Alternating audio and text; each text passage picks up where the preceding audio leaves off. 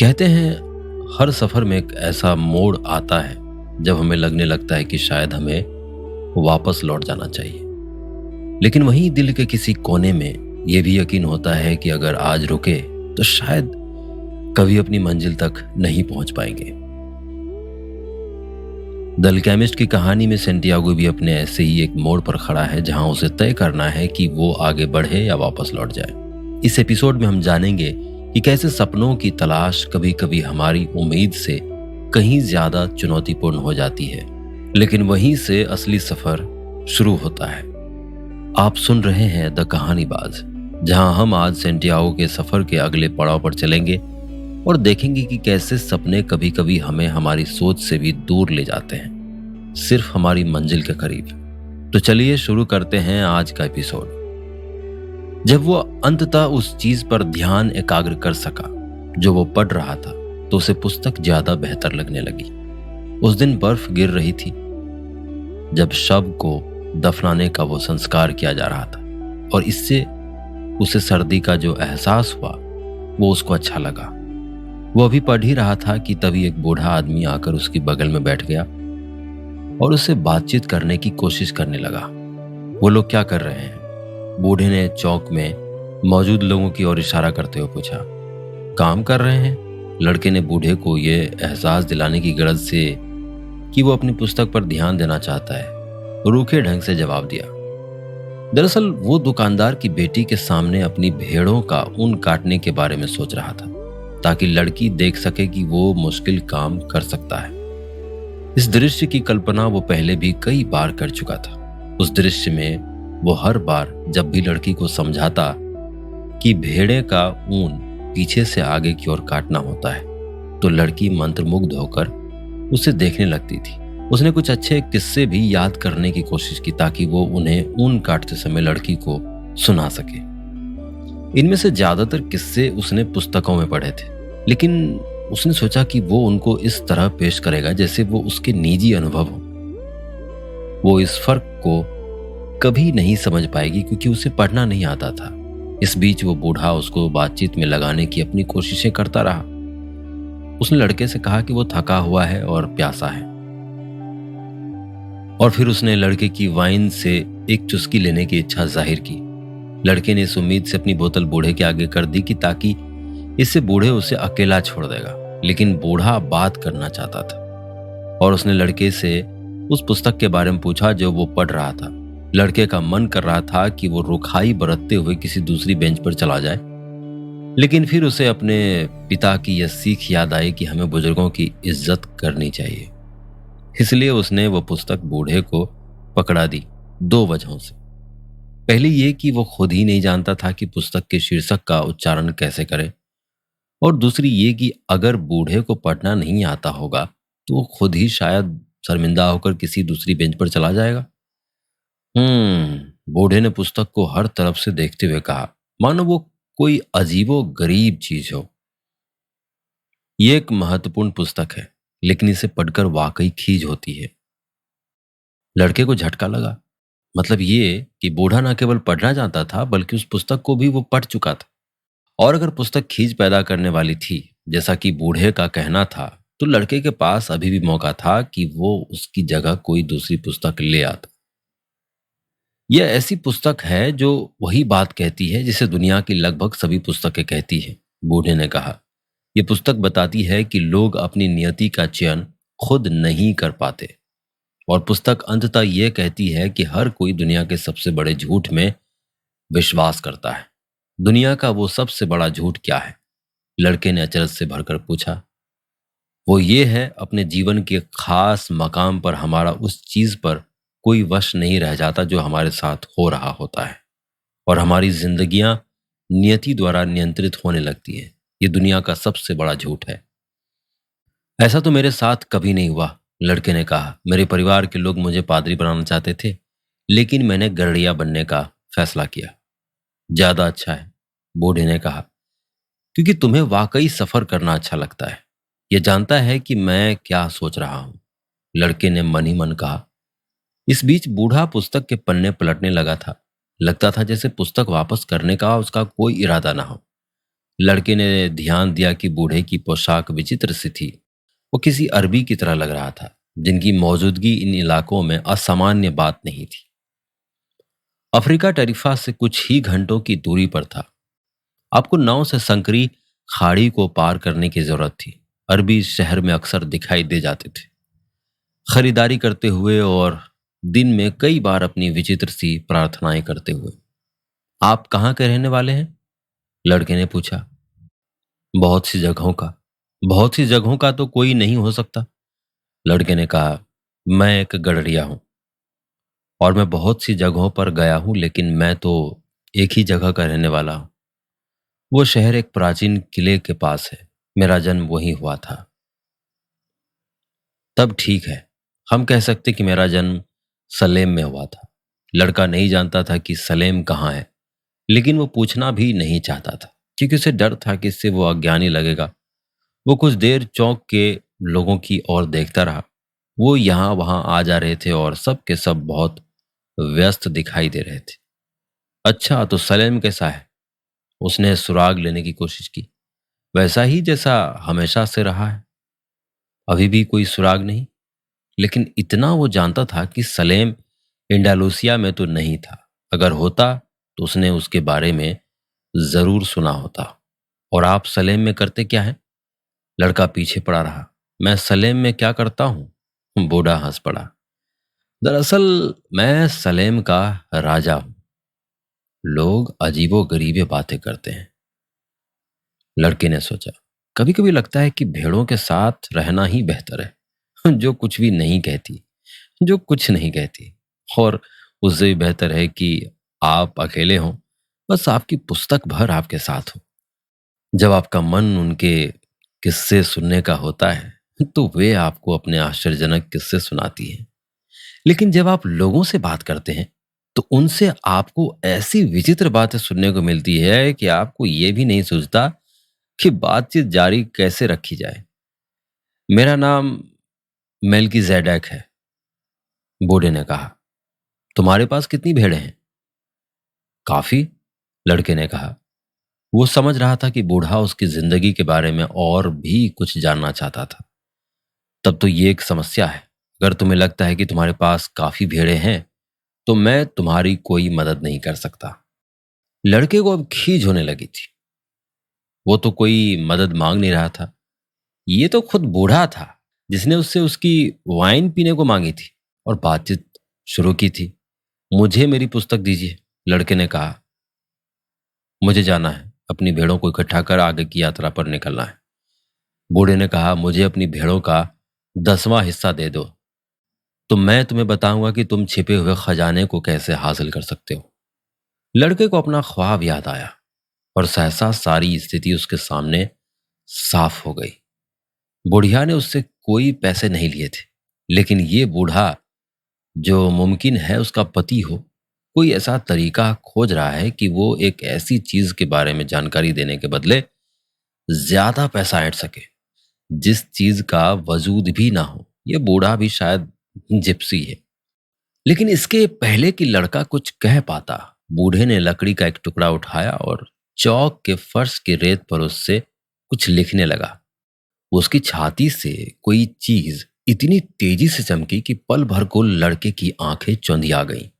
बूढ़े ने उस चीज को इतनी फुर्ती से अपने लबादे से ढक लिया कि उसकी उम्र को देखते हुए वैसी फुर्ती का अंदाजा नहीं लगाया जा सकता था। जब लड़का फिर से देख पाने की स्थिति में आया, तो उसने वो पढ़ा जो बूढ़े ने रेत पर लिखा था। उस छोटे से शहर के चौक की रेत पर लड़के ने अपने पिता, अपनी माँ और अपनी पाठशाला के नाम लिखे देखे। वहां उसने दुकानदार की लड़की का वो नाम भी पढ़ा जो वो खुद नहीं जानता था, और ऐसा और भी कुछ पढ़ा जिसके बारे में उसने कभी किसी को बताया ही नहीं था।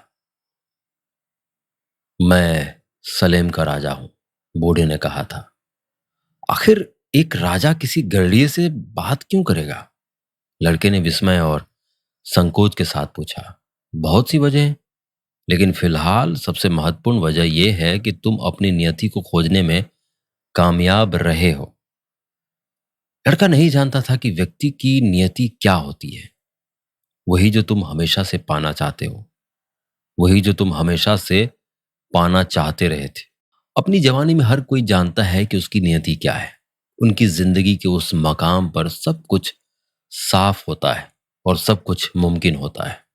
वे सपने देखने से नहीं डरते और ना ही उस हर चीज की लालसा करने से डरते हैं जिससे वे अपनी जिंदगी में घटित होता देखना चाहते हैं। लेकिन जैसे जैसे समय बीतता जाता है, कोई रहस्यमयी शक्ति उनके मन में यह विश्वास जमाना शुरू कर देती है कि अपनी नियति को पाना उनके लिए असंभव है। बूढ़े ने जो कुछ भी कहा था उसमें से कोई भी बात लड़के के खास पल्ले नहीं पड़ी थी। लेकिन वो उस रहस्यमयी शक्ति के बारे में जरूर जानना चाहता था। जब वो सौदागर की लड़की को उसके बारे में बताएगा तो बहुत प्रभावित होगी। ये शक्ति लगती तो नकारात्मक है, लेकिन दरअसल वो तुम्हें अपनी नियति तक पहुंचाने का रास्ता दिखाती है। वो तुम्हारे उत्साह और तुम्हारे संकल्प को मजबूत करती हैं, क्योंकि इस पृथ्वी का एक ही महान सत्य है क्योंकि इस पृथ्वी का एक ही महान सत्य है। तुम जो भी कोई हो या तुम जो भी कुछ करते हो, जब तुम वास्तव में कुछ पाना चाहते हो तो इसलिए चाहते हो क्योंकि ये इच्छा इस कायनात की रूह से जन्मी होती है। उसे हासिल करना इस पृथ्वी पर तुम्हारी मुहिम है, चाहे वो इच्छा यात्रा करने की ही क्यों ना हो या कपड़ों के किसी व्यापारी की लड़की से शादी करने की ही क्यों ना हो, हाँ, या खजाने की खोज की ही क्यों ना हो। इस कायनात की रूह लोगों के सुख से अपना पोषण प्राप्त करती है और उनके दुख, द्वेष और ईर्ष्या से भी। अपनी नियति को हासिल कर लेना ही व्यक्ति की एकमात्र वास्तविक जिम्मेदारी है। सभी बातें एक जैसी हैं और जब आप कुछ चाहते हैं तो उसे हासिल करने में सारा संसार एकजुट होकर आपकी मदद करने लगता है। कुछ देर वे दोनों खामोश होकर चौक और वहां शहर के लोगों की गतिविधियां देखते रहे। फिर बूढ़े ने नए सिरे से बातचीत की पहल की। तुम भेड़ क्यों चराते हो? क्योंकि मुझे यात्रा करना अच्छा लगता है। बूढ़े ने डबल रोटी बेचने वाले एक आदमी की ओर इशारा किया जो चौक के एक सिरे पर अपनी दुकान में खड़ा था। वो आदमी भी अपने बचपन में यात्राएं करना चाहता था, लेकिन उसने अपनी बेकरी खोलकर कुछ पैसा जमा करने का फैसला किया। उसका इरादा है कि जब वो बूढ़ा हो जाएगा तो 1 महीना अफ्रीका में गुजारेगा। उसे कभी इस बात का एहसास नहीं हुआ कि लोग चाहें तो अपनी जिंदगी के किसी भी मकाम पर वो कर सकते हैं जिसका वे ख्वाब देखते हैं। उसे गरड़िए उसे गरड़िया बनने का फैसला करना चाहिए था, लड़के ने कहा। हाँ, उसने इस बारे में सोचा था, बूढ़े ने कहा, लेकिन बेकरी वालों की अहमियत गरड़ियों से ज्यादा होती है। बेकरी वालों के अपने घर होते हैं, जबकि गरड़िया खुले में सोते हैं। माँ बाप अपने बच्चों की शादी गरड़ियों की बजाय बेकरी वालों से ही करना बेहतर समझेंगे। लड़के के मन में दुकानदार की बेटी का ख्याल आया तो उसके दिल में एक हुक उठी। उस लड़की के शहर में निश्चय ही कोई बेकर होगा। बूढ़े ने बात जारी रखी। अंततः गरड़ियों और बेकरों के बारे में लोगों का ख्याल उनकी अपनी नियति से ज्यादा अहम हो जाते हैं। बूढ़े ने पुस्तक के पन्ने पलटे और अचानक एक पन्ने पर रुककर वो उसे पढ़ने लगा। लड़के ने पहले तो इंतजार किया, लेकिन फिर उसने बूढ़े को ठीक उसी तरह टोक दिया जैसे बूढ़े ने उसे टोक दिया था। आप मुझसे ये सब कुछ क्यों क्यों क्यों कह रहे हैं? क्योंकि तुम अपनी नियति को हासिल करने की कोशिश कर रहे हो और तुम उस मकाम पर हो जब तुम ये सारी कोशिश रोक सकते हो, और इसी मकाम पर आप अचानक प्रकट हो जाते हैं। हमेशा इसी तरह नहीं होता, लेकिन हाँ, मैं किसी न किसी रूप में प्रकट जरूर होता हूं। कभी कभी मैं किसी समाधान या एक अच्छी सूझ की शक्ल में प्रकट होता हूं, कभी किसी निर्णायक क्षण में स्थितियों को आसान बना देता हूं, और भी कुछ मैं करता हूं।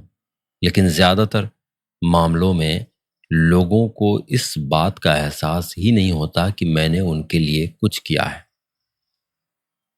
बूढ़े ने बताया कि पिछले हफ्ते उसे मजबूर होकर एक खनिक यानी खदान खोदने वाले के सामने प्रकट होना पड़ा था और एक पत्थर की शक्ल अख्तियार करनी पड़ी थी। उस खनिक ने पन्ना को खोदा, निकालने की खातिर सब कुछ त्याग दिया। 5 साल तक वो एक नदी पर काम करता रहा और उसने पन्ना की तलाश में उस नदी के हजारों पत्थर को उलट पलट डाला था। वह खनिक अपनी सारी कोशिशों को ठीक उस वक्त छोड़ने ही वाला था जब अगर वो मात्र एक और पत्थर को जांचता तो उसे उसका पन्ना मिल गया होता।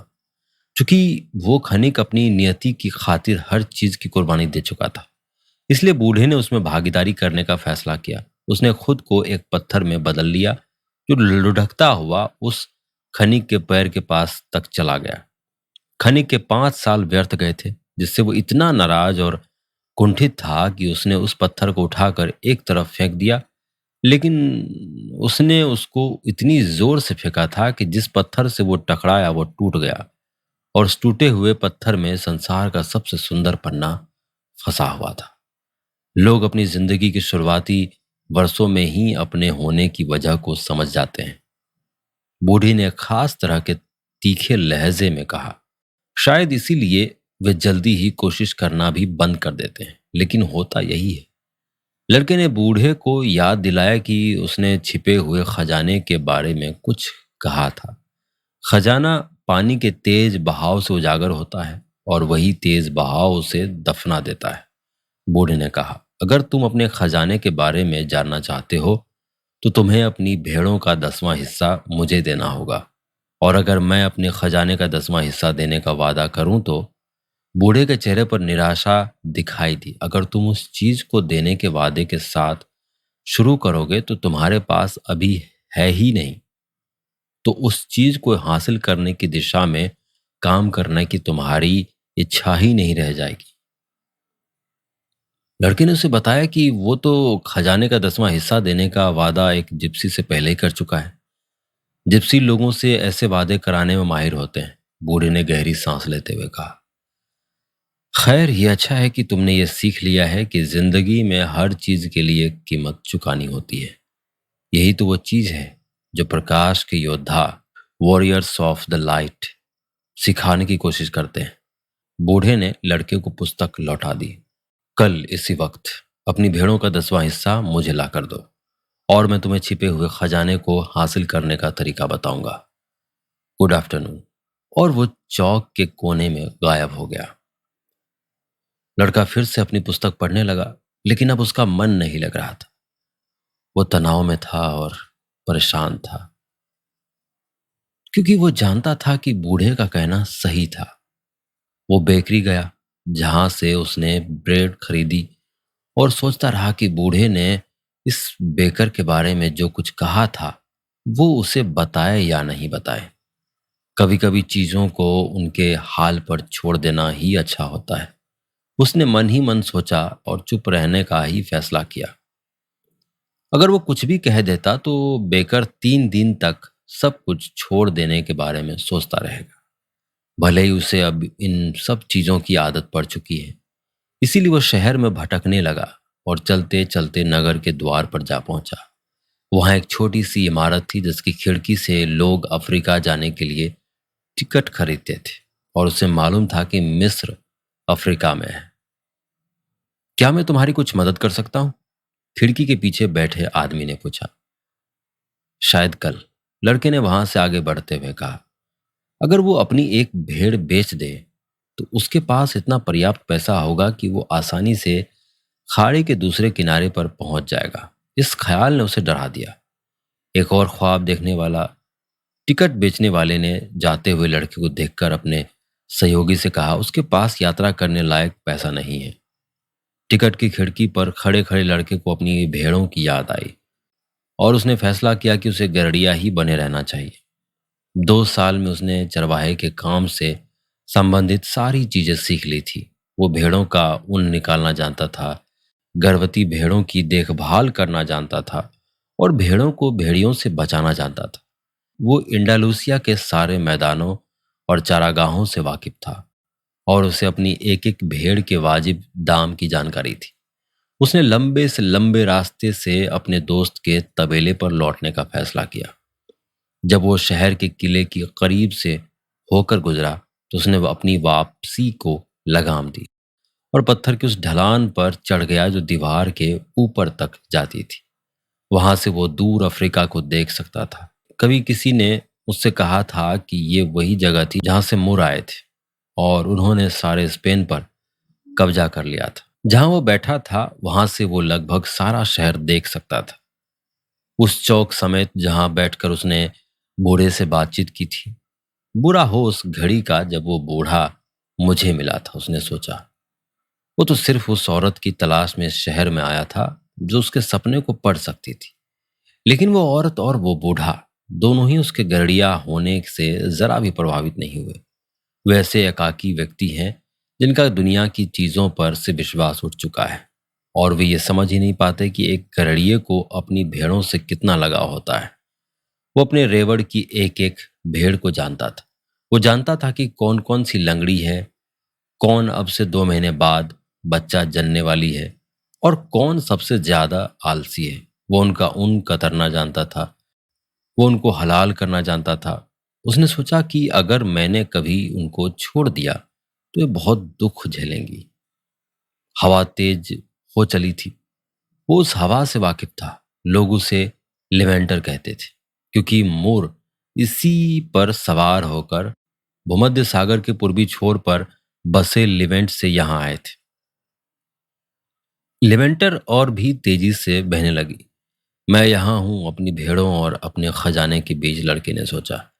उसे दो चीजों के बीच चुनाव करना जरूरी था, एक जिसका वो आदी हो चुका था और दूसरी वो जो वो पाना चाहता था। फिर दुकानदार की बेटी भी थी, लेकिन वो उसके लिए उतनी महत्वपूर्ण नहीं थी जितनी उसकी भेड़ें थी, क्योंकि वो उस पर निर्भर नहीं थी। मुमकिन है कि उसे मेरी याद भी ना हो, उसने सोचा। वो अच्छी तरह से जानता था कि वो लड़की के सामने किसी दिन प्रकट हुआ था।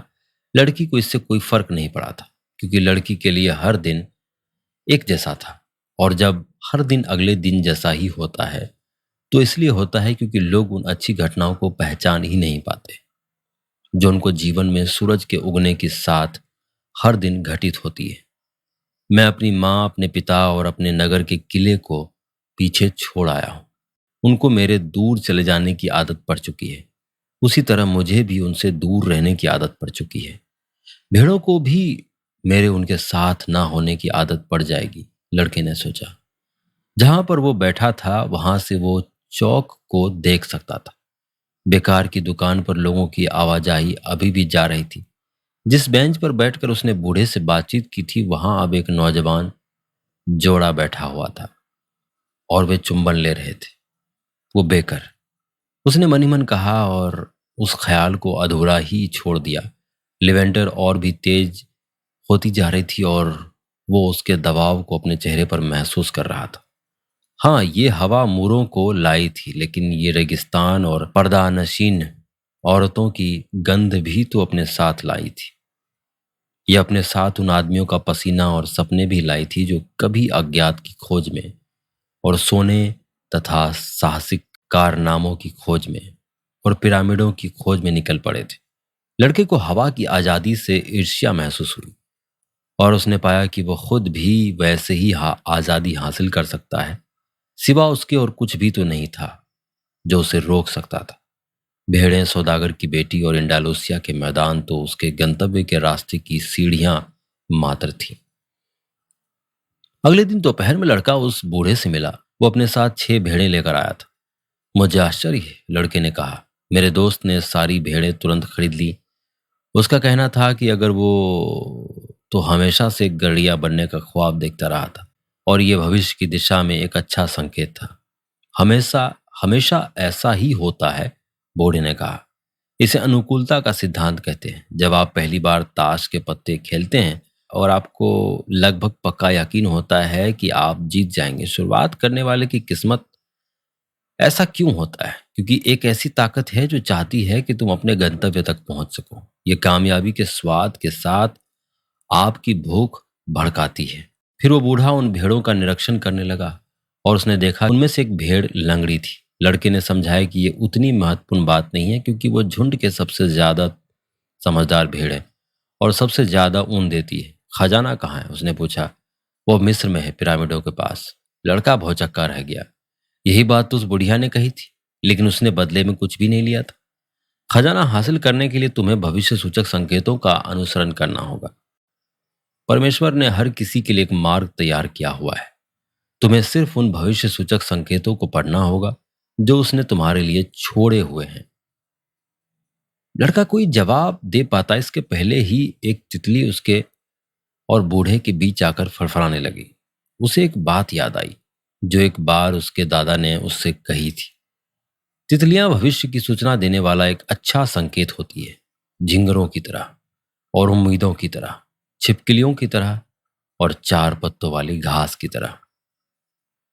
यह सही है, बूढ़े ने लड़के के विचारों को पढ़ते हुए कहा। ठीक उसी तरह जिस तरह तुम्हारे दादा ने तुम्हें सिखाया था। ये अच्छे भविष्य सूचक संकेत होते हैं। बूढ़े ने अपना लबादा खोला और लड़के ने वहां जो देखा उससे चकित रह गया। बूढ़े ने सोने का एक भारी कवच पहन रखा था जो बेशकीमती रत्नों से मढ़ा हुआ था। लड़के ने उस चौंधिया देने वाली चमक को याद किया जो उसने एक दिन पहले देखी थी। उसने चोरों से बचने के लिए रूप धारण कर रखा था। ये लो, बूढ़े ने कवच के बीच से एक काला और एक सफेद रत्न निकालकर उसे देते हुए कहा। उन्हें उरीम और थुम्मी के नाम से जाना जाता है।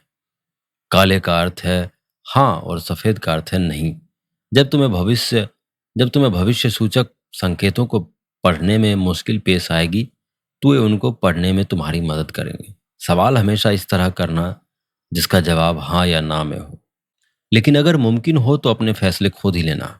खजाना पिरामिड पर है, ये बात तुम्हें मालूम ही है, लेकिन मुझे तुम्हें 6 भेड़ों का भुगतान करने का आग्रह इसलिए करना पड़ा क्योंकि मैंने फैसला लेने में तुम्हारी मदद की थी। लड़के ने वे रत्न अपने थैले में रख लिया। उसके बाद से उसे अपने फैसले खुद लेने पड़े। हर चीज का सामना करते समय ये कभी मत भूलना कि वो वही एक चीज है और कुछ नहीं है। और भविष्य सूचक संकेतों की भाषा कभी मत भूलना। और हाँ, अपने गंतव्य का अनुसरण करना तब तक मत भूलना जब तक कि उस तक पहुंच ना जाओ। लेकिन जाने से पहले मैं तुम्हें एक छोटी सी कहानी सुनाना चाहता हूँ। एक दुकानदार ने अपने बेटे को दुनिया के सबसे ज्ञानी पुरुष के पास जाकर सुख का रहस्य समझने को भेजा। वो लड़का 40 दिन तक रेगिस्तान में भटकता रहा और अंत में एक सुंदर किले पर पहुंचा जो एक पर्वत के शिखर पर बना हुआ था। वो ज्ञानी पुरुष उसी किले में रहता था। लेकिन जब हमारी कहानी के इस मुख्य किरदार ने किले के मुख्य कक्ष में प्रवेश किया तो वहां उसे कोई संतनुमा आदमी नहीं मिला, बल्कि उसने देखा कि वहां तरह तरह की गतिविधियां जारी थी। व्यापारी आ जा रहे थे, लोग यहाँ वहां खड़े बातचीत कर रहे थे। एक छोटा सा ऑर्केस्ट्रा मध्यम संगीत बजा रहा था और एक मेज थी जिस पर दुनिया के सबसे स्वादिष्ट व्यंजनों से भरी थालें रखी हुई थी। वो ज्ञानी पुरुष हर किसी से बात कर रहा था और लड़के को अपनी बारी आने के लिए 2 घंटे इंतजार करना पड़ा। ज्ञानी पुरुष ने पूरे ध्यान से लड़के की बात सुनी और वो उसके पास क्यों आया था, लेकिन फिर उसने कहा कि ठीक इस वक्त उसके पास सुख का रहस्य समझाने का समय नहीं है। उसने लड़के को सुझाव दिया कि वो महल में घूम घाम कर 2 घंटे बाद उसके पास वापस आए। इस बीच मैं चाहता हूं कि तुम एक काम करो, ज्ञानी पुरुष ने कहा और लड़के को एक चम्मच पकड़ा दी जिसमें तेल की 2 बूंदें पड़ी हुई थी। जिस दौरान तुम महल में घूमो, इस चम्मच को इस तरह थामे रखना कि इसका तेल छलकने ना पाए। लड़का चम्मच पर अपनी निगाहें गड़ाए हुए महल की कई सीढ़ियां चढ़ने उतरने लगा। 2 घंटे बाद वो उस कमरे में लौटा जहां वो ज्ञानी पुरुष था। क्या तुमने मेरे भोजन कक्ष में टंगे चित्रों से सजे हुए फारसी पर्दे देखे? क्या तुमने मेरा वो बगीचा देखा जिसे बनाने में उस्ताद माली को 10 साल लग गए थे? क्या तुमने मेरे पुस्तकालय में रखे चरम पत्र के खूबसूरत ग्रंथों की ओर ध्यान दिया? लड़का शर्मिंदा हुआ और उसने स्वीकार किया कि उसका ध्यान उनमें से किसी चीज की ओर नहीं था। उसे तो पूरे समय इस बात की फिक्र बनी रही कि ज्ञानी पुरुष ने जो चम्मच उसे सौंपी हुई थी उसका तेल छलकने ना पाए। तब फिर वापस जाओ और मेरी दुनिया के चमत्कारों को ध्यान से देखो, ज्ञानी पुरुष ने कहा। अगर तुम किसी आदमी के मकान को ही नहीं जानते तो तुम उस आदमी पर भरोसा नहीं कर सकते। लड़के ने राहत की सांस ली, चम्मच उठाई और वापस राजमहल की छानबीन के लिए लौट पड़ा। इस बार उसने छतों और दीवारों की सारे कलात्मक सजावट को ध्यान से देखा। उसने सारे बाग देखे, अपने चारों ओर खड़ी पहाड़ियां देखी और उस नफासत पर ध्यान दिया जिसके साथ हर चीज का चुनाव किया गया था। वापस लौटने पर उसने ज्ञानी पुरुष को उस सब के बारे में विस्तार से बताया जो उसने देखा था। लेकिन तेल की वे बूंदें कहाँ है जो मैंने तुम्हें सौंपी थी? ज्ञानी पुरुष ने पूछा। जब लड़के ने सिर झुकाकर हाथ में थमी चम्मच की ओर देखा तो पाया कि उसका तेल नदारद था। खैर, मैं तुम्हें एक ही सलाह दे सकता हूं, ज्ञानियों की ज्ञानी उस पुरुष ने कहा। सुख का रहस्य यह है कि दुनिया के सारे आश्चर्यों को देखो और चम्मच में रखी तेल की बूंदों को कभी मत भूलो। गरड़िए ने कुछ नहीं कहा। वो बूढ़े राजा द्वारा सुनाई कहानी को समझ गया था। एक गरड़िए को भले ही यात्राएं पसंद हो, लेकिन उसे अपनी भेड़ों के बारे में भी कभी नहीं भूलना चाहिए। बूढ़े ने लड़के की ओर देखा, अपने दोनों हाथों से उसके सिर के ऊपर कुछ विचित्र से संकेत किए। फिर वो अपनी भेड़ों को लेकर वहां से चला गया। हमारी आज की कहानी में बस इतना ही। मैं आशा करता हूं कि आपको ये कहानी पसंद आ रही होंगी। इसी तरह बने रहिए हमारे साथ और सुनते रहिए द कहानीबाज। धन्यवाद।